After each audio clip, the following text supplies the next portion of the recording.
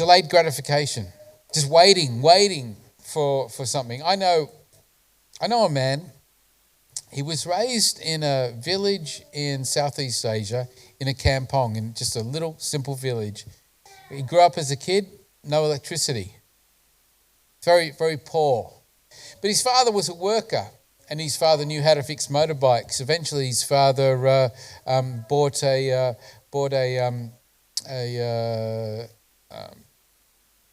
he got into fixing Kawasaki's, and then he got into selling Kawasaki's, and then he got into, that was successful, and he hired some other guys. Then he got into building, and then he got into other things. And today, his sons and their families, they are multi-millionaires in Singapore. Just talking about very wealthy people. They don't look like it, they don't act like it, but you know what? Their wealth came from hard work in the early years, a mindset, frugal living, and a mindset of sacrifice. I went out and had breakfast with this guy when I was last in Singapore. You know what we had? Eggs and toast for brekkie. Just simple kaya toast, which is beautiful. Buttered kaya toast with a little bit of tropical kaya jam on it. Tastes a little bit like pandan. And then you get some eggs that have been, they're not hard boiled. They're, I would say they're actually a little bit before soft boiled, all right? And these things are just nice. You crack them open into a tin, and then you get your kaya toast and you can dip it in, and it's just like having egg gravy. And Paul can't handle runny eggs, but I'm describing something that is just beautiful to eat.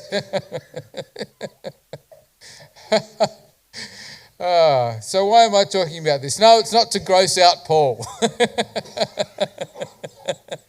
Such a great description. I'm talking about this because I want you to be blessed financially. Now, Paul, I'm not trying to convert you to kaya eggs, Paul. I want you to be blessed financially. Delayed gratification. Jesus said this, Matthew 6:19 to 20, do not lay up for yourselves treasures on earth, but lay up for yourselves treasures in heaven. Now, we covered that last week. Warren Buffett said this. Who knows who Warren Buffett is? This old guy who started writing a newsletter in the 1960s about the stock market. And then people started to follow his advice, asked for his newsletter, went to email, all sorts of things. Anyway, he's now one of the richest guys on earth. One of the richest guys, provides investment advice to people. 60,000 people come and hear him give an annual speech every year in this little city called Omaha. He said this, the difference between successful people and really successful people is that really successful people say no to almost everything. Okay? He says, you know what? We say no to some stuff. Delayed gratification. Hard work and diligence. Christian, say this from Colossians 3:23. Paul says, work as unto the Lord. Whatever you do, work heartily. That's a good word, isn't it? Work heartily. You know, have you ever seen someone work without their heart? Ever seen someone just turn up, clock in? I mean, come on, guys. You're costing me time here, you're costing me money here. But when someone works with all of their heart, they get into it, they do a better job, they're involved, they're invested. Work, whatever you do, work heartily as for the Lord and not for men. And people notice when you work with your heart. And you know what happens? You find yourself getting recognized. You find yourself getting rewarded. You find yourself getting opportunity. You find yourself getting promoted. You find yourself earning more money because things start to happen in someone's life when they're working hard.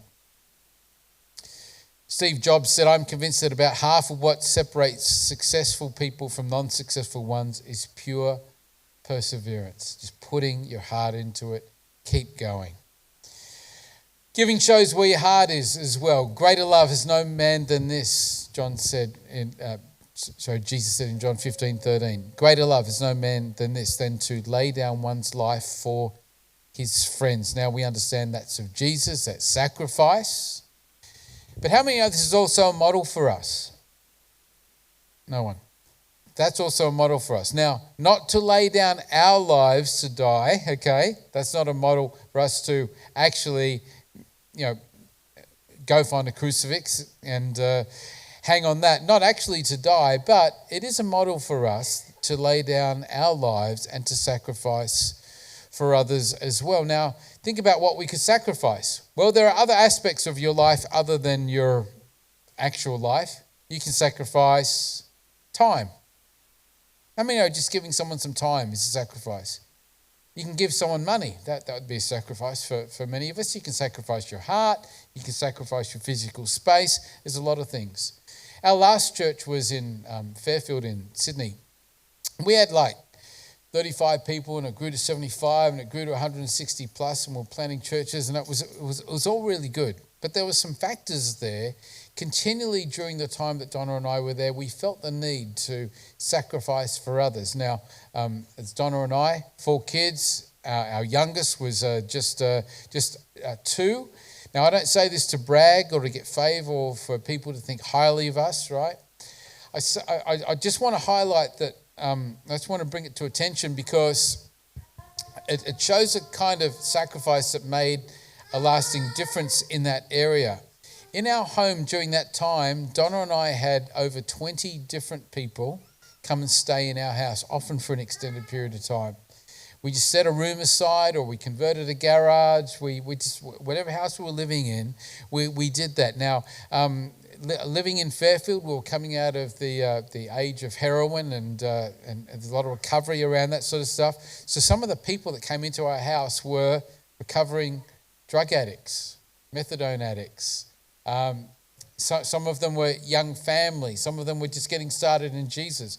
Some of them were new migrants to Australia and were really struggling as students and things. And so they'd come into the church, and then we'd invariably find out, they're just struggling to even get a roof over their heads. And so we'd say, well, we'd look at each other, okay, and we'd nod, okay, why don't you come and stay with us? You can stay with us for this weekend, or sometimes that'd stay into a week and a month. And I think we had one guy stay with us for 18 months. And this was a bit tough because we were a fairly young family ourselves. Josh was a toddler, and Evelyn barely in school. But we did that, and the gratifying part of that from our point of view is that a lot of these then went on to serve God. They just needed just a bit of a start, a bit of a sacrifice from us, and then that helped them go along in their way, and then they were able to get their own home, their own place, and be blessed. And there were other times where we'd find out about a need, like a severe need in someone's heart, someone's life in the church, and people would hear about those things, and occasionally I'd be moved, and we were doing okay, we were doing fine, and so there were 2 particular times, 2 ladies who were in pretty severe domestic violence stress. And I learned that their situations were just crazy, and young families, and we just wanted to make a difference. And so out of our plenty, out of our blessing, we said, you know what, we're going to allocate just a portion of our salary. It's going to go to these women every week. And we just did an automatic, just a direct transfer. I think it was about 3 years that we did that for, because their husbands weren't doing the right thing. And so we just figured, you know what, it's time for someone in the church to step up, and we would do that. The end result was a church that was strong and that was growing, and people that would make it. And I'm really happy to say that during our time there, these families did well, and they got on their own feet. It was always an incredibly uplifting to me when someone who'd been helped would come and say, you know what, we're now okay, we want to help someone else. We're now okay, we want to make a difference in someone else's life. Because that's how it multiplies. God dropped it in our heart, we did it, He drops it in their heart, and then they do it, and who knows where this could end up. But delayed gratification and sacrifice were important. I know a man who risked $50,000 giving to his friend a loan, repayable without interest, just so he could get started in a business. Right? The loan was paid back, and the guy was established and went on to thrive and just do well. His friend went from a position of being stuck to now a place of favour. I want to say this, I was a Christian guy. I want to say this, when we invest in others, we're investing in the future. We're investing in their futures. When we're investing in others, we're investing for the future. Proverbs 13:22 says this, a good man leaves an inheritance for his children. And leaves inheritance for his children's children, actually, for the grandkids. I was so inspired by Sammy and Paul. Welcome back, guys.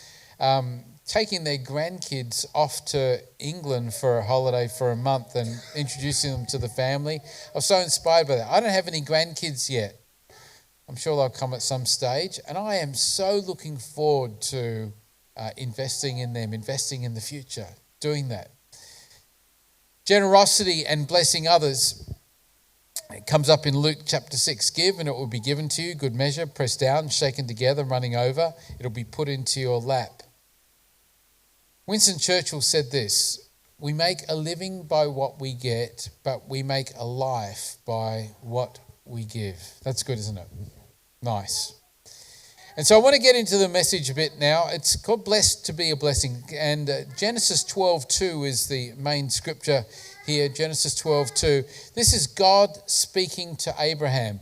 I will make you into a great nation. I will bless you and make your name great. I will bless you and make your name great. And it goes on, it says, and you will be a blessing.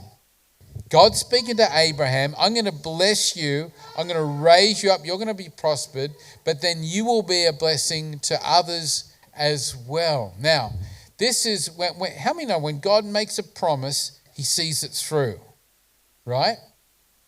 Listen to these real world examples. This is out of the World Bank.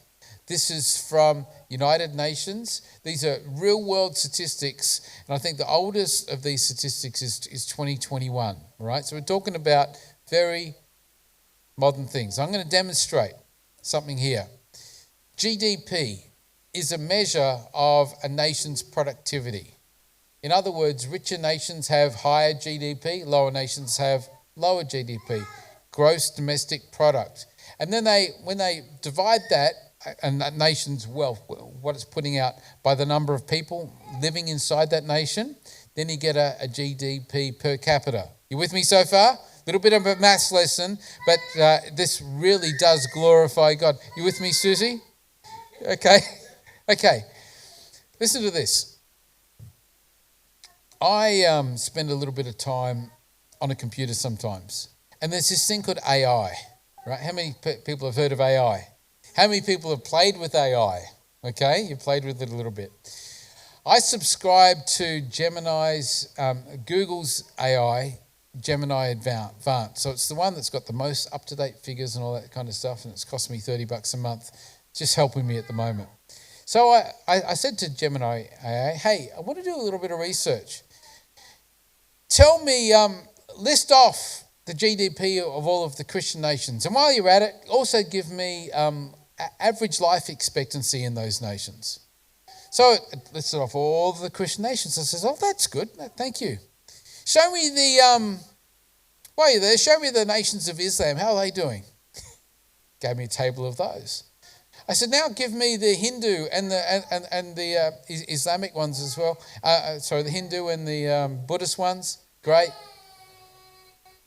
I noticed the Islamic ones were high, and so I had to look at the nations, and I noticed Qatar and UAE are in there, and I thought, oh, that's interesting, and so a little bit of study on those. Qatar and UAE nominally is Islamic in terms of their law and property laws and all of that. They've actually been really heavily influenced by West. So I said, okay, give me a column for those guys, give me a column for the rest of the Islamic nations. Great, did that. I said, oh, give me some stats on communism as well. That'll be interesting. Anyway, so I've got all this data, and I'm going to share it with you. It's really cool.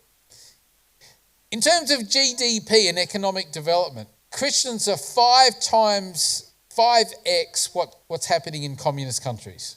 That's cool. We are 10 times what's happening at the average Islamic country, right? That's great. When you take into account Qatar and UAE, we're double those guys, right? We're still double those guys. Now, when you look at the Eastern religions, Buddhism and Hinduism, and those, we are up to 20 times those nations. So, I'm talking about averages, right? Then there's Christian nations and Hindu. But when you look at the averages of all of those nations, Christians are doing far better than the rest of it. And then I said, I've forgotten somebody here. I said, show me Israel. You know who beats the average of the Christian nations? Israel. Wow. I'm doing research on Genesis 12:2. I'm asking stats. I said, all right, let's have a look at life expectancy, because that's another indicator that you're doing well. Your people are healthy, they're living longer, all that kind of stuff. They're surviving infancy and all that sort of stuff. So, Muslim countries, your average age, 73.1. Buddhist countries, 72. Nearly 72. Hindu countries, 71. Communist countries, 75. Christian countries, 82. Australia, nearly 84. Right? When you look at the average of all of the nations, the Christian average is 82 years of age. Guess what it is in Israel? 83. Again, right up there. They're at the top. And we could talk about many other aspects where Christianity, being blessed to be a blessing, has played out. Now, some people want to pull apart the idea that Christianity has been a blessing, but now it's a problem, and they don't want to. A lot of people don't want to admit that Christianity has been a blessing wherever it's gone. We talk education, you talk law systems, you talk property ownership, you talk about business, you talk about. A lot of people don't want to admit it, but the facts are there. It really is better. So I'm on AI and I'm doing some stuff, right? So I said to the AI, I said, look, this is pretty interesting here, and I'm writing a sermon and a message. I want to talk about this verse. So I said, you've got me the table and the stats. Can you go and get me the Bible verse, Genesis 12:2? And it comes up and it links it. I said, now I want you to give me your thoughts on whether there's any link between this old Bible verse and the table that you've just shown me, right? I'm asking the AI this stuff. It says absolutely. Israel's inclusion highlights the diversity and complexity of global development indicators. While it's not categorized as a Christian country in the traditional sense, it has a significant Jewish population that shares cultural and historical ties with Western nation. Its high life expectancy and GDP per capita demonstrate that various factors contribute to a nation's well-being and prosperity. So here's the AI, right, really putting it together. I said, all right, can you draw a summary between these? It says, absolutely. Let's draw a connection between the table, the message about blessing in Genesis 12:2. He says, this verse is a promise from God to Abraham, the patriarch of the Abrahamic faith, Judaism, Christianity, and Islam. God promises to make Abraham a great nation, bless him and make his name great. But the key part is that Abraham will also be a blessing. This implies that blessings bestowed upon him are not meant to be hoarded, but to be shared with others. So here's the connection. The table, while imperfect, can be interpreted as a potential, it's being a bit cagey here, it says it can be interpreted as a potential outcome of the principle in Genesis 12:2. When individuals and nations focus on being a blessing to others through service, generosity, and compassion, it can create a ripple effect that leads to positive outcomes. These outcomes can manifest in various ways, including improved health, economic prosperity, and stronger communities. And so it says, so then I'm going, I'm sitting there on my lounge, I'm thinking, this is interesting. You're not really fully admitting it, but you are seeing it and you are talking about it. So I said, look, from Genesis 12 until now, several thousand years have passed. Would you say that the current data we have validates Genesis 12:2 and the author of this book? While the data we've examined suggests a correlation predominantly with Christian nations and higher average life expectancy and GDP, it's important to approach the question of whether this validates Genesis 12:2 with nuance and caution. I'm thinking, okay, you're trying to sit on the fence here a little. Here's a breakdown of some complexities, and I won't bore you with all of those, but they are interesting. But it says, in conclusion, the data we've examined offers an interesting perspective and potential food for thought for believers. It suggests a possible connection between Genesis 12:2 and the positive outcomes for nations.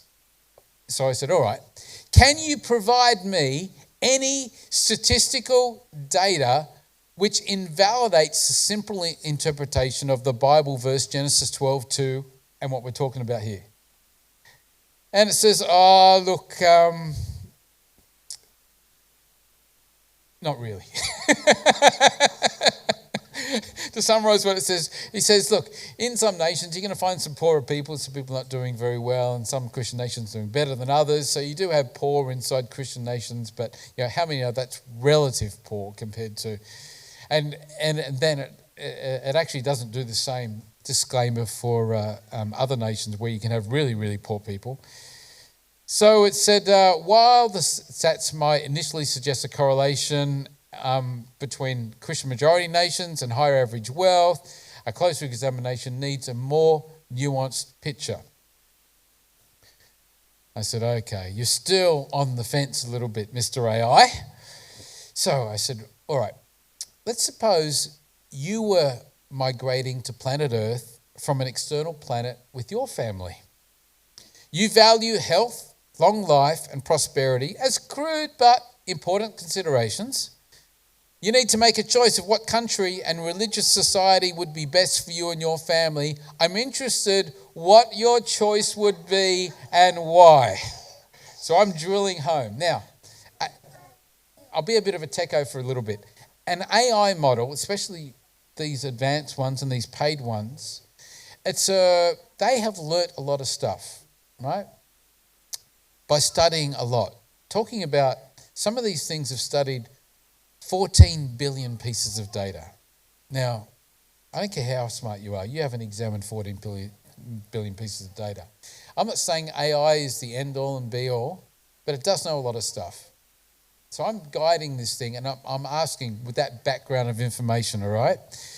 And now I'm asking it to imagine. It said, after carefully analysing the data and considering the values of health, long life and prosperity, I would choose to migrate to a Western Christian country with a strong social welfare system such as Switzerland, Ireland or Australia. And why I would do that? Because of health and long life, prosperity, social welfare. He said, and it goes on, it says, look, by choosing a Western Christian country with a strong social welfare system, I'd be maximising the chances of a long, healthy life and prosperous life for myself and my family, while also living in a society that values community and well-being. I said, which countries would you be least likely to consider and why? And, you can guess. I was surprised. Pakistan, Nigeria, Bangladesh. It said it wouldn't like to go to Nepal, Myanmar, wouldn't like to go to North Korea or Laos at this time. And that's because a lot of those nations, you know what, living standards are really low. In Laos, you only live for 68 years on average. That's like 15 years less than than someone that might have been in a Christian country. So I said, look, and I'll go on with it. I might do more next week. But my point is, when you really begin to think about these things in a logical way, it makes a lot of sense. Genesis 12:2 has played out in the GDP data and the real world life that we live in today. Our living standards are proof that the God of the Bible makes promises, keeps his promises. Israel, right at the top of the list. Christian nations, right up there at the top of the list. I'll bless you, and I'll make you a blessing as well. It's not like God says, I'm going to bless you, Israel, or I'm only going to bless some people just a little bit less, No, or meter that out. No, he's sharing the blessing, right? God keeps his word. And this talks about an outward focused Christianity. I've said this before. I believe God saved you with others in mind. I believe God saved you with others in mind. The story goes about the Salvation Army founder. It's holding its annual conference, and General Booth was unable to attend because of illness. And he wanted to send a message of encouragement to the attendees, but telegrams were charged by the word and funds were limited, and so must have been very limited. So he sent a telegram to the conference, and Booth decided to send a one-word telegram. Guess what it was? Others. The word was others. Guys, always be thinking about others. Jesus said this, Matthew 16:24-25. Whoever wants to be my disciple must deny themselves, take up their cross and follow me. Whoever wants to save their life will lose it, but whoever loses their life for me will find it. Mother Teresa, I found the paradox that if you love until it hurts, there can be no more hurt, only more love. And Martin Luther King Jr. said this, life's most persistent and urgent question is, what are you doing for others? What are you doing for others? Interesting, isn't it? I asked the AI a little bit later. I said, if you're one of the blessed nations, considering that there are less blessed nations, what would you want to do? What should you do? It says, well, in context of our conversation, I guess I would want to be a blessing to them as well. I would want to be a blessing to them as well. And I was blown away, right? And it gives a lot of factors here. And so it comes down to this. I said, in 50 words, could you summarize this chat? We've had a long chat by this. This is an hour and a half of work, right? We explored the correlation between Christianity and societal well-being, examining life expectancy, GDP data for various religious and political groups. While Christian majority nations show higher averages, we discussed the complex factors influencing these outcomes and the importance of avoiding simplistic interpretation. You can tell this is AI. I couldn't talk like this. We then explored ways individuals and nations can be a blessing to others, emphasising empowerment, collaboration, and sustainable nations. Okay, that's not a bad little 50-word summary. I said, can you get it down to 10 words? It says, empower others, build together, bless the world. I said, can you reduce to 3 words? Bless, empower, uplift. That's kind of cool, isn't it? I said, do you believe this? To AI, do you believe this? As an AI, I don't have personal beliefs, but I can analyse a statement and offer insights, and it goes through.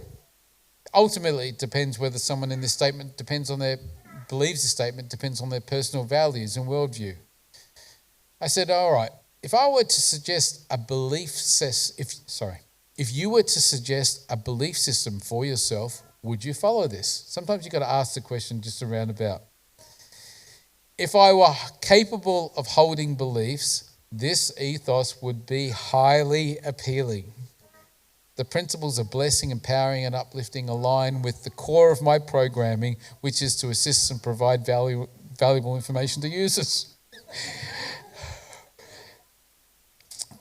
I might get Gemini to be born again if I keep going, to convert to Christianity. Actually, part of me wondered whether the AI is clever enough to consider this chat and learn from it and apply that in its other chats. I don't know. I haven't heard that. I would say it makes sense, right? It's continually getting smarter, which means it could be a battleground for us to win as Christians, to go into and witness anyway. The whole point is we are blessed to be a blessing. And we are in a blessed nation because God established long ago that Australia would be the great southland of the Holy Spirit, and he sent missionaries here. And he said, you know what, Australia, you're not going to be animist, you're not going to be communist, you're not going to be Hindu, you're not going to be Buddhist, you're not going to be da-da-da. You're going to be largely a Christian nation. And I get that there's 30,000 people living in Pimpama today, and there might be a couple of thousand of us in church. I get it. I get it that not all of us in Australia are going to church. Not all of us in Australia. But you know what? Our nation is still blessed. And we are able to be a blessing to others. We are a net giver as a country. We are a net server as a country. We are a net helper as a country. And it's so good to be a Christian. So good to be a Christian in Australia. We are considering these things. And I am going to take an offering now. Guys, you could probably come up. We're considering these things because the whole idea is that God wants to touch our lives, and then having touched our lives, that we could go on and help some others as well. How could you make a difference?